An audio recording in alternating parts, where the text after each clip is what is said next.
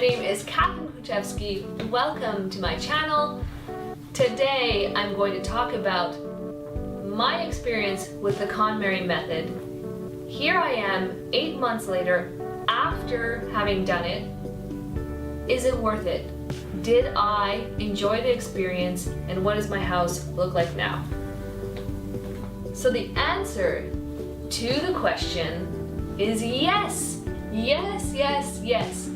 Here I am 8 months after having done the Konmari Method. I love it, and my house has stayed clean since, or tidy I should say, stayed tidy since I did it 8 months ago. I have not had to re-tidy my house, and I just constantly am thinking about what I'm buying. So I'm very conscious about it now, and you really don't need to do it again once you do the full method. Also, after having done the process, it's much easier to decide what to keep and what to discard. And also, when you're in the store and you're not sure whether you should buy it or not, you can do the little spark joy test. And if it doesn't work, you don't bring it home. That simple. So I'm much more picky about what I buy, what I bring home, and where I put everything. In the next few videos, I'm going to do a little bit more specific videos about the different categories of the Konmari Method, but I will go a little bit through the process that I did, which is basically the method. The first thing I did is I visualized what I wanted. I wanted to come home and have a space that wasn't cluttered all the time. That's what it was before. We have a small space where two people that share a condo that's roughly 850 square feet. It's not very big. So when you have a small space and you have a lot of little knickknacks everywhere, it's everywhere. You can't help it, and I was frustrated. So I wanted to come home and have a place that was more zen, calmer, and I also wanted a little bit of a productive space in my office. So that's what it is in my office. I have it so that I can work really well in there, and it makes me feel productive. When I'm in there, I'm working. But when I'm in my kitchen, it's also for entertaining, it's for easy cooking because I love to cook and entertain. My bedroom and my bathroom is done so that it's super simple. There's almost no extra stuff in there. And I go in there to de-stress, unwind, and when I go into my bedroom, it's really to sleep. I don't bring electronics in there, I don't bring extra stuff, I go to relax. And my bathroom too, it's really pared down. I have minimal stuff in there so I can take a bath with some Epsom salts and some candles and unwind. So I visualized these spaces in my mind before I did the whole Konmari Method, and it worked out beautifully. That's exactly what they look like. Number 2, the second step of the process is to do it all in one shot. And it took me 3 weeks, baby, but I did it.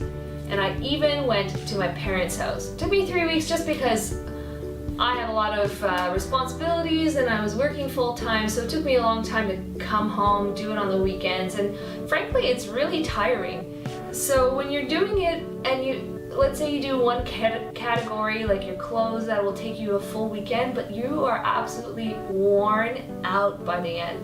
Especially if you have a big wardrobe. I didn't, but it's amazing how much stuff you have. Especially her process makes you take everything out and then go through everything and put it all back. It's tiring.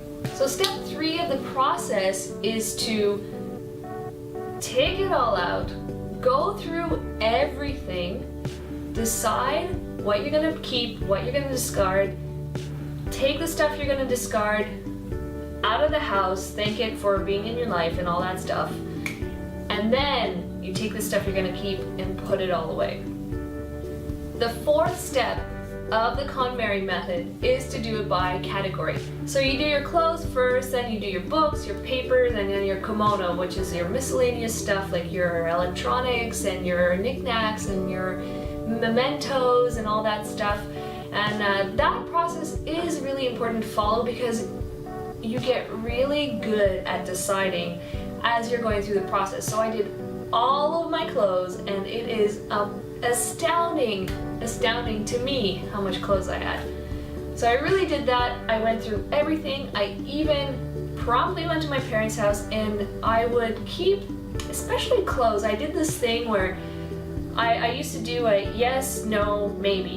And the maybes would end up at my parents' house, and then I would do a second round of yes, no, maybes, and then whatever the maybes were at my parents' house, I would get rid of, and these maybes would move over. So I just realized that was useless. I never touched any of that stuff.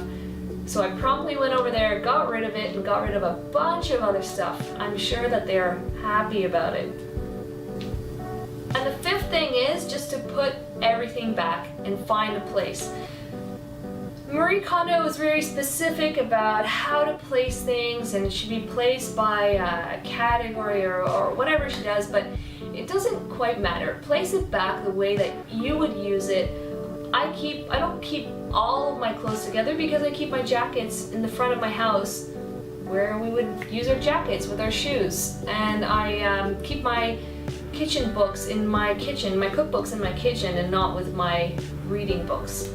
So there are little things that I switch and change for myself because I know myself and that's how I enjoy using my house. So there you have it, 8 months after the Konmari Method. I loved it. I love the way my house looks. My husband loves the way the house looks.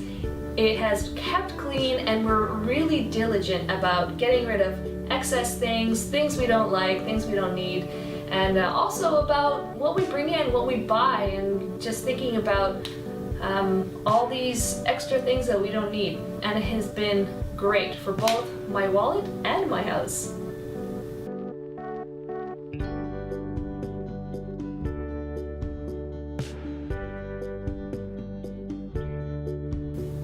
Hello! My name is Katherine. Welcome to my channel. Today I'm going to talk about, what am I going to talk about?